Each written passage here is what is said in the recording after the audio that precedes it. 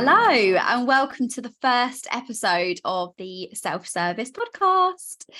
I can't believe this is actually happening. I feel like it's been 2 years of procrastinating over this idea, and it's finally happening. So I'm so excited, but also quite nervous. And I thought, what best way to kick off than ask my amazing friend and colleague Dervla to come on and ask some questions so that you guys can find out a bit more about me as we start the podcast. So thank you so much for taking the time to help me out. Yeah, no worries. I was so excited when you asked me to be on the first episode. I've kind of been here for those 2 years of procrastinating and talking about this idea. So it's really exciting to see that you're finally doing it. Let's get started then. So It would be great to hear, a bit about who you are and what's brought you to this stage of starting the podcast. Yeah, so I guess taking it back to the start, I was born and brought up in the sunny seaside town of Bognor Regis. So most people know it for Butlins, but it's really just your average small, seaside town, not too much going on growing up. But saying that, my upbringing was really happy. It was good fun, and we didn't really have much money growing up, but I always remember it being really happy.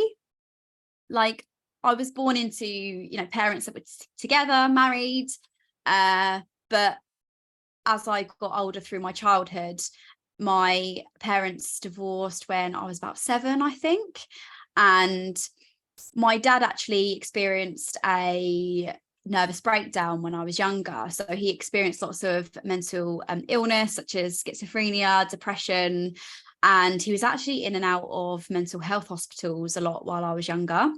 So that was really, it's an interesting time for me, because even though that was happening and I was going to visit him and I knew that something wasn't right, my mum did an amazing job of keeping us away from it all. So we were always really protected from that. And yeah, growing up as kids, we were really happy, even though we weren't well off. I think, I don't even know if people use the word classes every day, but we were a real kind of working class family and a real kind of single parent household for most of my upbringing. It was always really happy, and my mum did the best to make things really fun for us, and we always had stuff to do. I don't really feel like we missed out. But I think my dad being ill in that way really started my interest at a young age in terms of mental health and mental illness and what that means. I think I always had lots of questions, like, why is dad like this? Can he get better? Whose fault is it? Why has he changed? There were kind of lots of questions really that I had growing up, and that's really where I think my interest in psychology started. So I ended up going to Bournemouth University back in, God, I don't know, what year was that? 2011 maybe, and studied psychology. So, and you studied psychology as well, didn't you? Yeah, I did, absolutely. And I think so many people that I speak to who studied psychology either come from a background of having their own sort of experiences with mental health issues, or those around them. There's such a connection with really wanting to understand what that is and what we can do to understand that a bit more. Yeah, and I think at uni, as you'll know, there's a lot of like theory side of it to really understand the studies and the thousands of research experiments that have happened in the past. You meet people from all different backgrounds, and I really loved that. And I think that that's what led me on to having a career in sales. I kind of moved on from uni straight into sales because I decided that I wasn't really in a position where I felt like I could be a psychologist and a counsellor. I felt like I would really struggle to do that work and then not take it home with me. So I think that interest in human behaviour, building relationships, really loving people, I'm such a people person, led me to start working in sales. And that's really grown from there. That's even, the field that I work in today. And in 2018, I took a break and went traveling to Southeast Asia and ended up in Australia for about 3.5 years, which is another thing me and you relate on, which is so funny. I feel like when we first met at work, like nearly 2 years ago, we were like, oh, this is the same. This is the same. I know. Yeah, I spent 2 years in Australia as well, and we even overlapped and kind of had similar experiences coming home. Didn't find it the easiest, did we? So No, absolutely. it's one of those things, I think, like, obviously it's an amazing place, it's really beautiful, and you know, you leave to go traveling and stay out there for a reason. But I realized that when I was there, after some time, I was really unhappy. Mm. And you know, that will be a whole nother podcast episode, I'm sure, but I think that was the first time that I really experienced my own mental health issues of loneliness, um, feeling really low and anxious as a result of not being able to see friends and family, and feeling Yeah. really isolated. So that was really tough, and I made that decision to move back to the UK in 2021. And I suppose it's been a real journey since then, and it's an accumulation of these experiences that have really led to me to where I am here today and wanting to start this podcast. Yeah, absolutely. And I even think, obviously not going to go into it in lots of detail, but it has to be mentioned, COVID was something that was so Yeah. difficult. The time that we were both in Australia, and that feeling of being trapped, not being able to leave. So I know that we've spoken about this before, that wasn't easy either. Yeah, I can't believe I just forgot to mention COVID, this whole big thing that's made such an impact in our lives. And I think for all of us, we've all experienced COVID in different ways. And I know you had a similar experience to me, where actually in Australia, things were relatively safe in terms of COVID cases. Yeah. But with that came state borders being closed, international borders being closed, being stuck away from your loved ones. And, you know, even though I had my partner out there, that I met out there, it was still really difficult to not feel lonely because you didn't have any of your other Yeah. connections. And that was really unsettling. And I think that feeling of loneliness can really create lots of issues.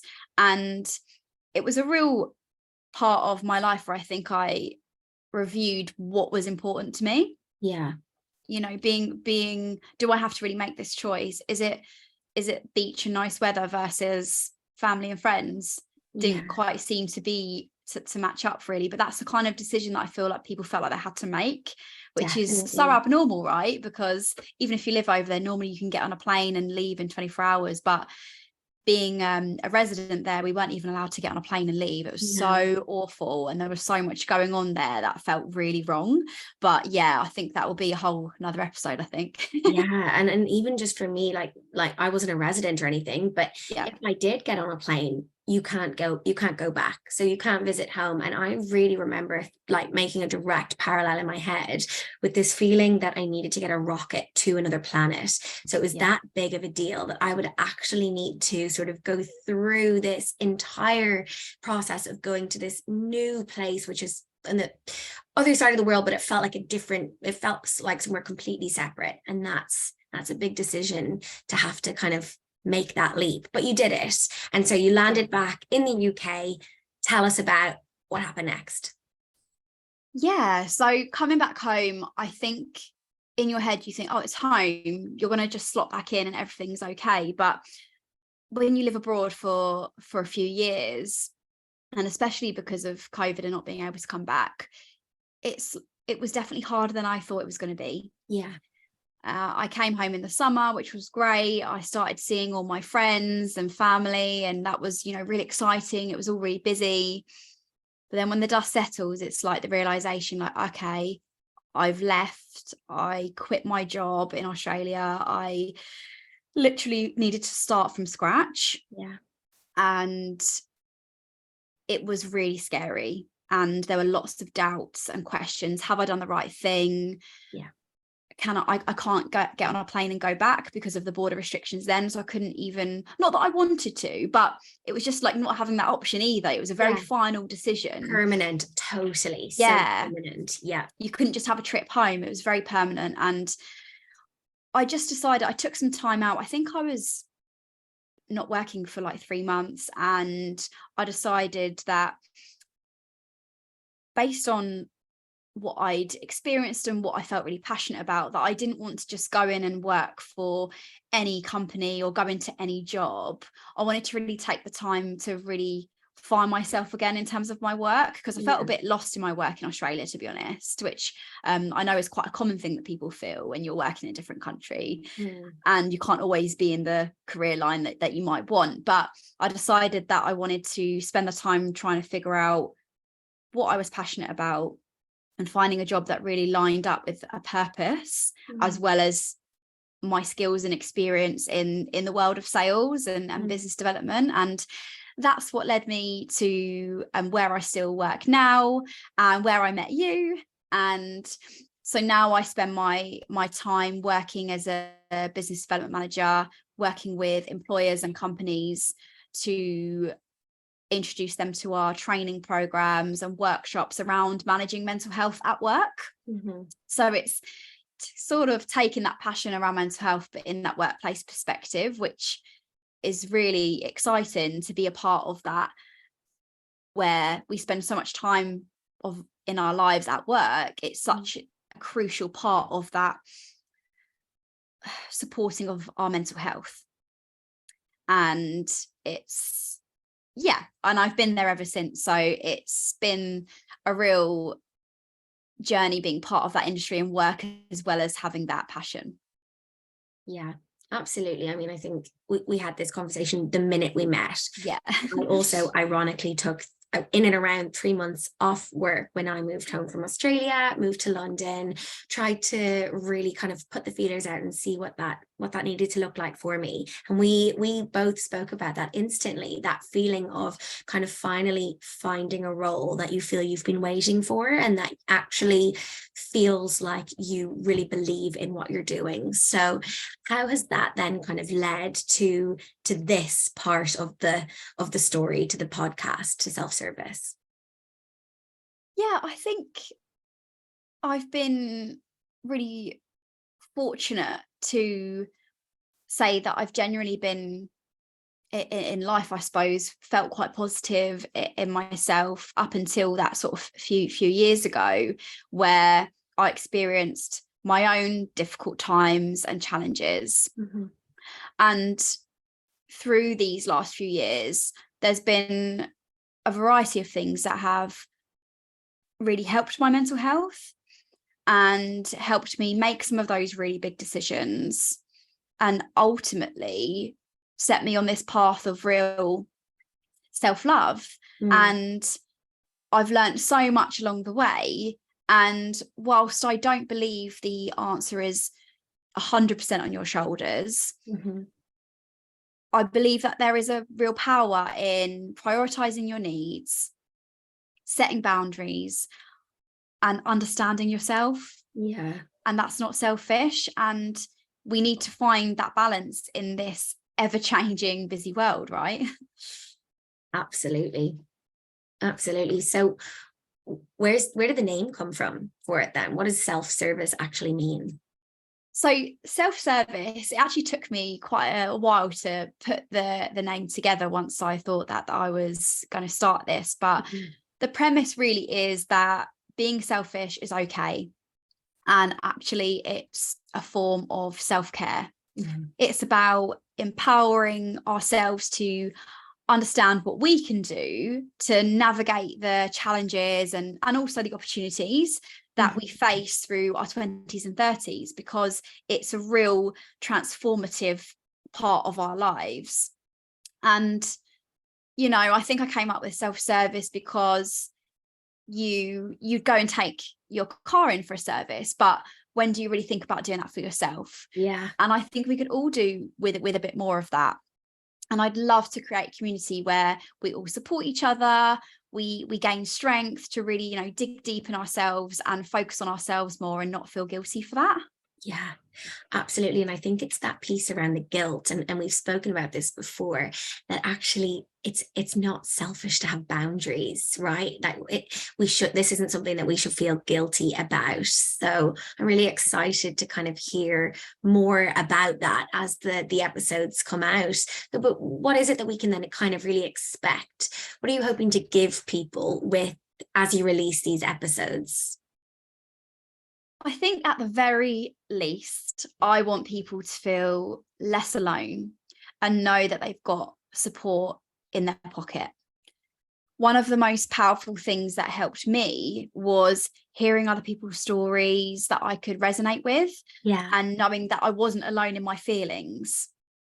So there's going to be lots of sharing of personal stories and candid conversations, some mindset hacks, focus really on mental health, but also parts of our lives that happen throughout this time, this age, relationships, work, and living abroad, and how to navigate that. So throughout the podcast series, I'm going to give people actionable tips and insights to try and help them thrive and help them feel like they've got some control back in their lives. Yeah. Because I feel like it's when we feel like we don't have that control, that's when we can lose ourselves and experience those feelings of anxiety, depression, if not worse. Mm-hmm. And on a lighter note, I hope it can be a bit of a laugh, Yeah. and that I can be someone that you can relate to. I'm really just, your average girl. I'm not a celebrity. I'm not rich and successful. I'm not a qualified life expert by any means, but I'm that voice in your pocket that you can listen to, feel understood, and feel that bit less lonely. Yeah, I love that. The voice in the pocket. It's such a nice way to think about it, isn't it? If there are people out there who are looking to tune into the Self-Service podcast, where can we expect to find you, and how often are you going to be releasing episodes? So I'm going to release episodes every week. And if you click on the link in the bio, you'll get the link to our socials and also where to download and share the episodes from Spotify. So really excited. Tune in and discover the power of self-service. Thank you so much for helping me today as well. I really appreciate it. No And I'm sure you'll be a problem. guest when we talk about lots of other things I in hope future so. I episodes. hope so. Yeah, it's so exciting. I'm so happy to see you doing this, Alex. It's Awesome. Thank you. okay, bye.